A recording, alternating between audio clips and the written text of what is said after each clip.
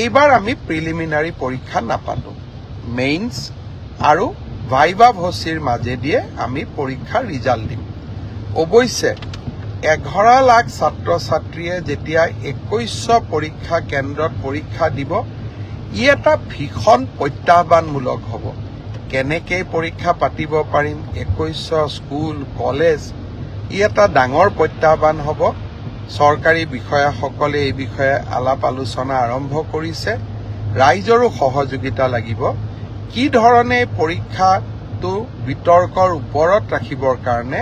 ৰাইজৰো আমি সহায় ল'ব পাৰো তাৰ বিষয়ে আমি চিন্তা চৰ্চা কৰিছো সময়ত আমি আপোনালোকক কম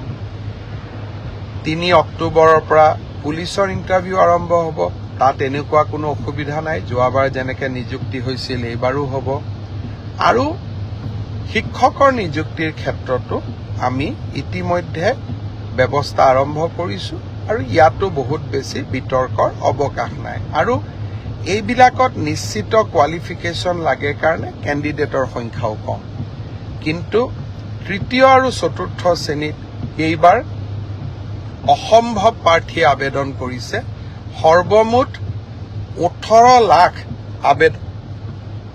এই 14000 পোষ্টৰ কাৰণে আমাৰ ওচৰলৈ আহিছে যি কি নহওক দুই এজনে সুধি আছে যে সিলেবাস কেতিয়া দিব মই অহা পৰহি বা ম্যাক্সিমাম 4 দিনৰ ভিতৰত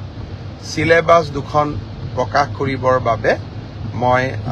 ৰিক্ৰুটমেন্ট কমিছনক নিৰ্দেশ দিছো আৰু মই ভাবো যে ইয়াৰ পিছত